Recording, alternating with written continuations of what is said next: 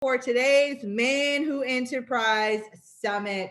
I am so excited to bring to the stage Dr. Lomax Campbell, who will serve as the moderator for entrepreneurship ecosystems and support for Black entrepreneurs. Dr. Campbell, thank you for joining us. If we can have all of the remaining panelists join us online as well, Dale Gines, Norris Williams, and Darren Walker. Thank you and have a fantastic panel.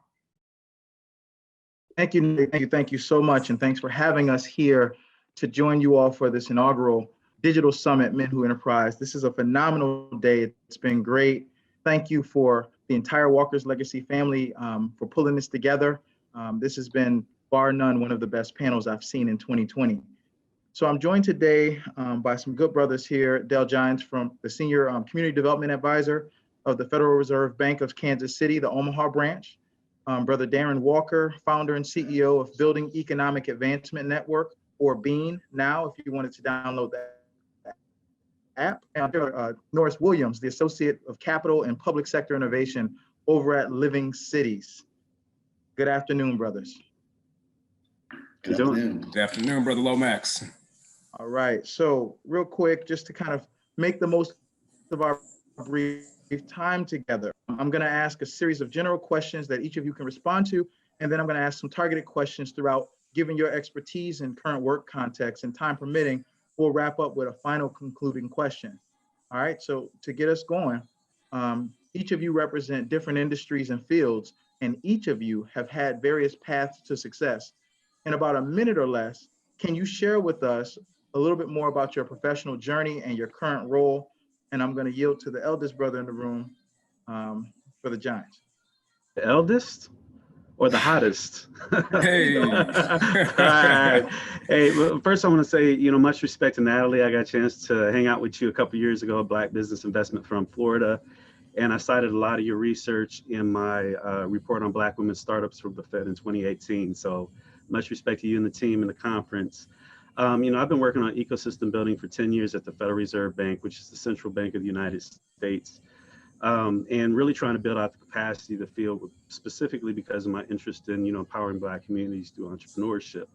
And so, my career varied. I started in banking, pivoted into, nonprofit incubating and various other factors before I got to the Fed. And so, the key to my success really is oriented and rooted in my desire to see our community grow and improve and have an increase in Black power, which is primarily economic function in the United States. Excellent. And you're a doctoral candidate right now, right, brother? Man, next Wednesday, man. I'm be like you next. Man, you got it. All praises to the ancestors for lifting you up. No, that's right. Thanks. We're going to move over to Brother Darren Walker over here. Go ahead and introduce yourself, brother. It's good to see you in the Zoom room. Hey, thanks. I'm honored to be here. Thanks also, Natalie, for this platform and this opportunity. Name's Darren Walker, born and raised in New Orleans, Louisiana. Currently, I live in Medellin, Colombia, South America, with my family. My journey started working with my mom in her daycare. I was 8 years old, and it's interesting. The parents never would come on time often to pick up their kids, and so I couldn't go out and play until the parents showed up. And I started putting together policies to incentivize the parents to show up on time with late fees and things like that. And that was the very beginning of my entrepreneurial career. My background is in real estate, investments and insurance. I have a queso cheese business that is in stores throughout the Gulf Coast, Louisiana, Alabama, and Mississippi. And so it's Zoe's Queso. And right now I'm most passionate about BEAN. It's a social network that is centered on economic advancement for urban communities. And so I'm excited to be here and be a part of this panel. And we're elated to have you, brother. I'm going to move over to my good brother, Norris Williams. Talk to us, brother. All right. Thank you, Brother Lomax. Good to see you, Brother Dell Gines and Darren Walker. My journey really started as a young kid growing up on the east side of Indianapolis, Indiana. As a kid, I saw early the injustices that my neighborhood was subjected to, and other neighborhoods, really around the nation when we would travel. And so, that really translated over time into, how could I affect that change within my neighborhood and other neighborhoods like it? Yeah, which translated really into a background of politics, government, Ways and Means Committee on the General Assembly side, and eventually evolved into my role with Living Cities as a project manager working on economic development issues, and specifically economic security, building income and wealth within the communities like the one that I come from. Excellent, excellent, excellent. And very briefly, I'm from Rochester, New York, born and bred, like Natalie here. About 17 years background as a serial entrepreneur. I've worked in higher education for about 8 years on the faculty and administration side, doing workforce and economic development. And currently, for the last 2 years and a few months, I've worked in government as the director of Mayor Lovely Ann Warren's Office of Community Wealth Building, where my focus unapologetically is building Black and brown wealth. And so it's in that vein that I'm coming to you all. And I know, I think it was Brother Nelms earlier mentioned that your network is your net worth. So shout out to my past Grand Sire Archon, Dr. Gregory Vinton, and also fraternity brother of Alpha Alpha. And speaking about networks and the empowerment and importance of those networks, let's talk ecosystem. We'll start with any of you, but how would you define an ecosystem? And in your experience, what are some of the critical components needed to ensure local ecosystems thrive? Dell, I see you nodding. We can start with you. Yeah, so this panel really is going to go up 1 or 2 levels from some of the other panels that I heard today, because we're actually talking about systems, right? And so the best way I describe ecosystems in a way that's easy to understand is the concept of it takes a village to raise a child. But you start unpacking that, what you really find is like your house provides protection, education, nourishment. The community provides nourishment to the household. But then when you go out into the household, the community supports you, provides discipline, culture. And then what happens when you become a grown-up, you turn around and give that back to the community. So you replace that child with ecosystem in that proverb, and that's an entrepreneurship ecosystem. And another way to think about it is if we believe systemic racism is real and it has an impact on individuals' lives because of the way it works through multifaceted systems and other things, then it's the same way to think about an ecosystem. It can positively enhance the entrepreneurial experience, make growth rates faster, connect all the dots within the ecosystem. And essentially, if we say we always say, we want the next Black Wall Street, but we never explain how Black Wall Street became Black Wall Street. And so it's how do we replicate that ecosystem in today's, global connected environment? Excellent. Brother Norris, you want to weigh in on that from your perspective? Absolutely. I completely agree with Brother Dell. And to add on to that, I like to describe it to folks as a contract. There's different components of a contract that talk about or that highlight really, the detailed things that go into developing an entrepreneur, from idea to, and specifically Black entrepreneurs, from developing an idea to having those different parts of this not only social contract, but financial contract, and those who support you along that way. But once that contract is broken, then, obviously we have a problem we have to come back to and review it. And so that's how I usually like to explain it to folks. And usually at the end of the day, I think our contract is broken. Sure. Darren, any thoughts on that? Yeah, I would definitely echo, Dell and Norris here. And maybe just with a slight variation is that, it's ecosystems, it's symbiotic relationships that nourish each other, the opportunity to flourish without competition, and creating some sense of flow. And so I think that, just like, kind of like these brothers said, having that, it's critical to our community, especially in light of trying to recreate a Black Wall Street. It's everything. And so, I would think that that's well said. It's just having that ability to have our businesses and enterprises nourish each other in a way that we can all thrive. Excellent, excellent. Let's take it to the next level. So community investment and reinvestment are critical to successful ecosystem development. For those who are watching, who are exploring ways to assist their communities, what are some successful collaborative economic structures that you've seen, and how do they work?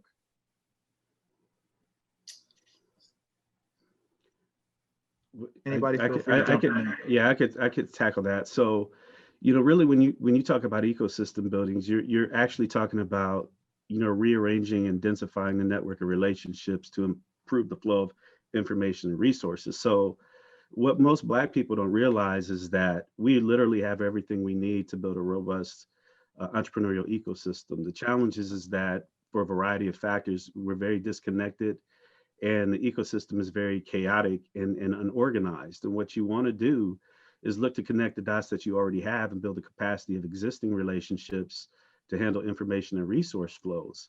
And this is simply, and this is sound crazy, but I guarantee you, if you got 50, brothers and sisters from one community that agree to have coffee and every week to talk about ecosystem building, at the end of the year, you're going to have a better ecosystem. So usually we start top down. We start with things like massive access to capital, massive infrastructure development, but the linchpin of ecosystem building is the relationships that we have with each other, and then that secondary, degree network with those that are outside of our community. So that's where you really start with that. Ashe. Anybody want to jump in on that, or we can go to the next question? Yeah, I'll jump in as well. When you think about ecosystems, you got your one of your root words in there is systems, right? So really, when we're thinking about this, we don't often really consider the systems that have been designed to either facilitate our growth and that natural development with the relationships that we have, or break down our growth. Yep.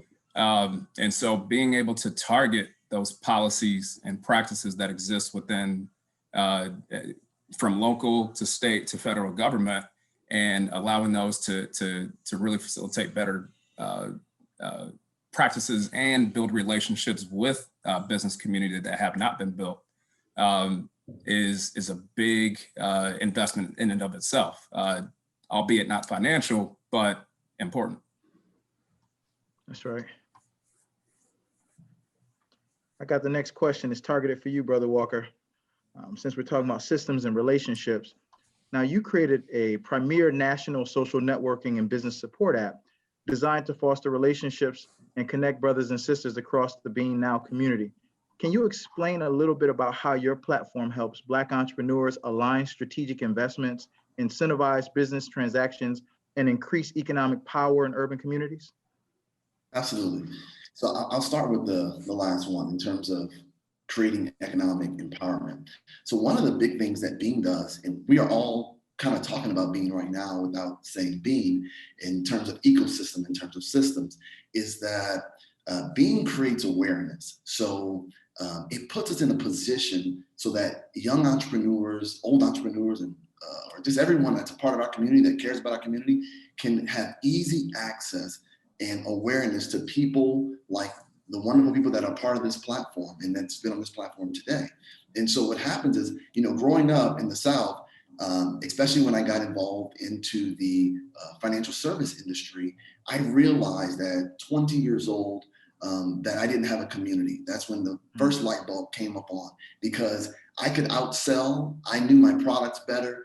I had better rapport with the customer, but I had my peers were able to roll over their grandmother's 401k IRA mutual fund.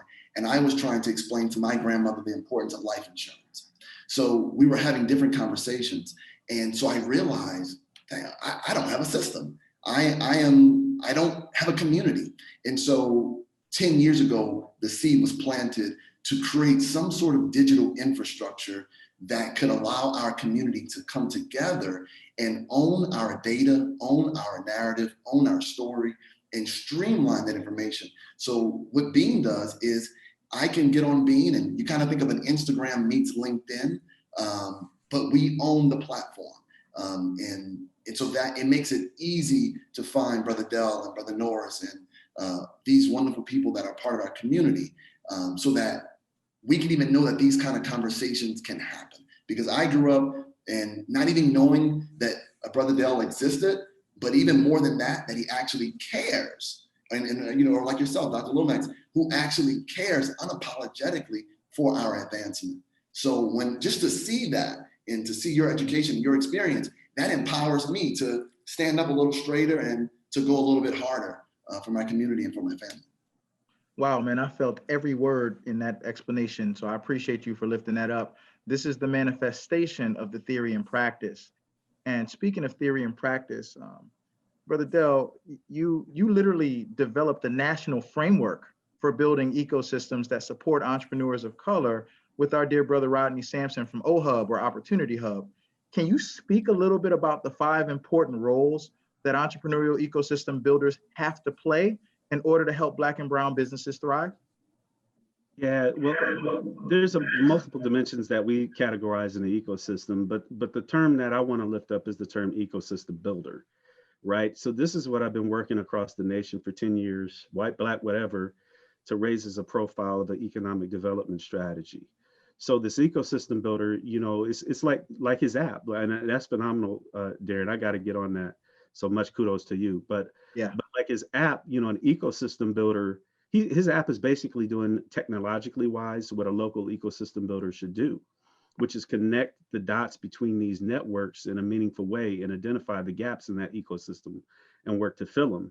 And what happens is you don't have what I classify as these nodes, these individual nodes and connection points within the Black community that are both within the community connecting each other and then interface with outside of the community and bring those new pipelines of information and resources together. And as a result, people are working in silos. And just like Darren said, like he had no community that he could reach out to, a peer group that he could feed off of, that could reinforce his ideas, give him new sparks of information, connects them to resources. And so when we look at an ecosystem builder, beyond all the technical elements, which we could take a whole session to talk about, we need people that can stand up, be supported, and have funding to get into our communities and connect these dots, build these bridges and these relationships. And that's what we need to be prioritizing in the community, because we're always going to talk about capital because we always need capital. That's but right. What connects the capital to the social capital, to the human capital, to the culture, to the infrastructure, to the policy, right? And so that's where we need to start evolving as a community. And last point on this, if the Black community embraces this and gets truly a hold of this concept, what we thought would take 50 years will take 10. Wow, I feel that. Wow. We can cut the time in half if we just be strategic and measure and how we move. So let's talk a little bit more about some of the players in this space. Brother Dell was talking about the actual ecosystem builder, but what role do political officials and business leaders play in fostering healthy climates for business and economic development? We'll give time and space for any of you to weigh in on that one. I'll take a shot at it. So for me, I don't know if I mentioned it in the intro. My background is also in part in real estate.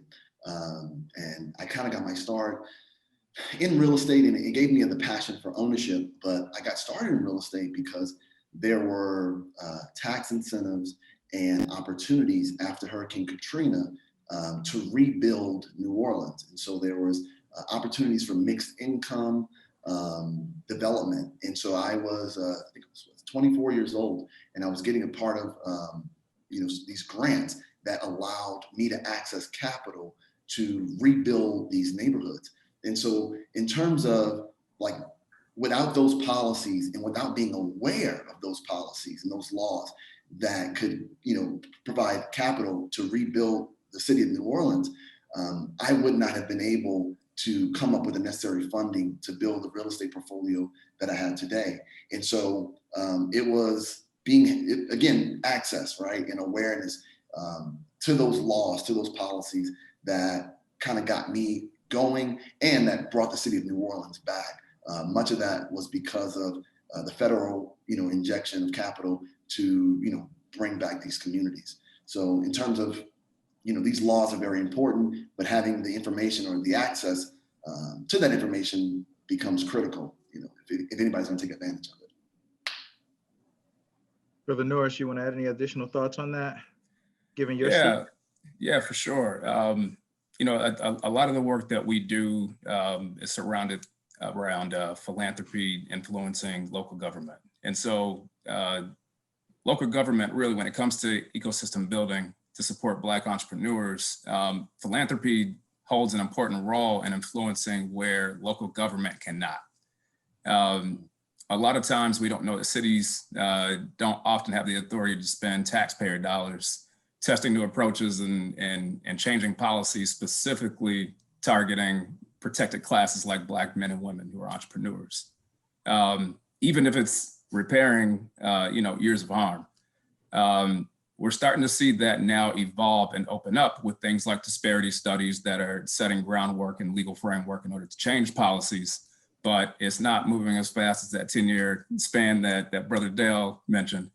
But in the meantime, philanthropy, really enforces this network support where you curate spaces for practitioners to come in community with each other, entrepreneurs to come in community with each other, and talk about different policy changes that could happen within local government that then helps boost Black entrepreneurship within cities. Another is financial support. Philanthropy plays a heavy grant-making role and even sometimes, low-cost investing role into intermediaries or small businesses. And then lastly, communicating the message to the world, really. Amplifying those stories of real challenges and successes of those changes that you make in policy so others can learn from it. Excellent. Let me follow up on that. I want to get into a little bit of a personal anecdote with the case of Rochester. For some of you who don't know, we've done some pretty significant here in Rochester on entrepreneurial ecosystem building in just 2 years. And it's largely due to the incredible and unyielding support of JP Morgan Chase and Living Cities. And Living Cities, for those who don't know, is essentially a collaborative of about 18 of the world's largest foundations and financial institutions since 1991. Leveraging the power of philanthropy and building cross-sector collaboration. Let's talk about closing the income and wealth gap for entrepreneurs and small business owners by embedding a racial equity lens into the work. Can you speak to Living Cities' work or your work with the People's Institute, how that's played a role in this work? Absolutely. So over the course of really the time at Living Cities, I've been there for a little bit over 5.5 years now, and about midway through my time, Living Cities started to really turn our attention towards anti-racist practices, and how that affected, at that time, it was just low-income people. And we really evolved into starting to talk about race specifically. And that took some internal work at first, because if you think about it, like Lomax said earlier, we have the world's largest foundations, financial institutions as board members, who, in a lot of ways were implicit in creating some of these disparities that we see today. So it took a lot of work internally to even get staff, our CEO, and others around the thinking of creating an anti-racist society and what that may look like. We started to then really implement that into the projects that we would hold annually, where we would bring cohorts of cities together to talk about or to work with each other around different topic areas. So, for example, we worked with Brother Lomax in Rochester on local business and job growth. We're working with a cohort right now of 10 cities on inclusive procurement practices. And so a lot of that work and a lot of what we intended to do was starting to inject that, anti-racist lens into the cities that we were working with. Now, obviously, we wanted to provide that networking, financial, and communication support that I said earlier, but we think we're now starting to see that the biggest impact is being able to do what Brother Darren Walker is doing right now, and that's bringing people in community with each other, specifically with local government leaders like Dr. Lomax Campbell that you see there, and other Black leaders within municipal government who understand. So with that, Living Cities is really going forward to working with municipal leaders and other practitioners who want to continue that anti-racist lens practice and breaking down those policies that were historically, that historically caused disparities in our community. Excellent. And we have about 2 more minutes, gentlemen. This next question is to Brother Gines here. And it's really about, looking at the landscape and your work as a scholar practitioner, what are some of the strategies that policymakers, philanthropy, and community leaders can implement when you start thinking about the effects of COVID-19 in this work and the impact of it on vulnerable communities? What are some of the strategies they can employ? Sure. And so kind of like a 1 minute, really abbreviated answer. First, these are my views and not the views of the Fed. Going back to the past, I would say we focus on Black power versus equity and anti-racism as a focus lens at which Black people see this experience. And it's okay if everybody else wants to see it another way. Second is we're coming out with a guide called the Small Business Owners Guide of Recovery that we wrote with the Atlanta Fed, and we'll be seeding what we call recovery communities or mini ecosystem building models across the nation when that comes out. But primarily, we have to look at all of the policies that were dramatically flexible at the time that we said we could never do, like PPP, EIDL, all of these stimulus-based programs that before COVID, people said these are impossible. All of a sudden, they become possible. So if they were possible, why can't they be more possible for Black people during the recovery? So it's just a matter of a logical flow of things into the recovery process that we have to really advocate on our own behalf for. Excellent. And in about 15 seconds or less, last question, what's on your reading list, or what advice would you give someone trying to engage in this work? We'll start with Brother Walker. Reading list, As a Man Thinketh by James Allen. It's probably one of my favorite reads. I read it once a month. Excellent. Norris? I'm gonna go with Who Am I? You always got to know yourself before you know the world. Excellent. Dell? Man, my dissertation. I got to defend this thing in a couple of days. That's all I'm thinking about at this point, man. I respect that. And I'll just give you my last two. Is Closing the Racial Wealth Gap by Eugene Mitchell. It's a pretty good book here for the brothers and listeners in. And for your white friends and colleagues, Me and My White Supremacy. Combat Racism, Change the World, and Become a Good Ancestor by the sister Layla Saad. All right, Natalie, come on back in the room. Thank you for having us here for this last session, and hopefully we did you justice. Yes, it did, of course, Lomax. And I'm so excited that Norris, you and Dr. Campbell are working together in my hometown of Rochester, New York. So that is awesome. Dell, looking forward to calling you Dr. Dell. And again, thank you so much for such a wonderful panel. Darren, I'm looking forward to supporting your work around Being. So we are at the end of the program today. Can you believe it? We started this morning with NBA champion Isaiah Thomas in conversation with Rick Wade. We moved into a panel on education and workforce development. We've heard from students from Howard University who shared with us their businesses. We had panels on finance, panels on entrepreneurship, panels on tech innovation, real estate, and we just finished with our panel on ecosystem development. This is the first of many programs to come from Walker's legacy through our new initiative, Men Who Enterprise. You called and we have answered. When I started today's program, I mentioned that for the last 10 years, Walker's legacy has been working to empower multicultural women in business and professionally. And throughout all of those 10 years, we've heard from men who have said, when are we going to have a program like this for us? And so this is the beginning of our response to that programming. And so we are so excited that you joined with us for the totality of your Friday. You could have been anywhere, but you chose to be with us. In addition to thanking our promotional partner today, Valiant, I also want to thank JP Morgan Chase for Business with Mikkel and his support of our program today. And I want to also make sure that I say thank you to Dr. Lomax Campbell, to Mohammed Shabazz, to Olu Burrell, and to Chris Dixon, who were so instrumental in making today's summit possible. I'd also like to thank all of the women who are part of the Walker's Legacy team.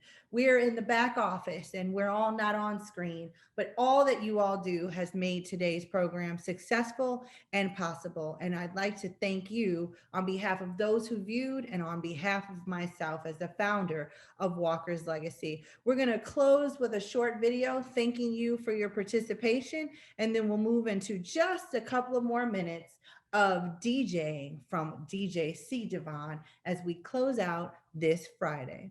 Thank you so much for joining us.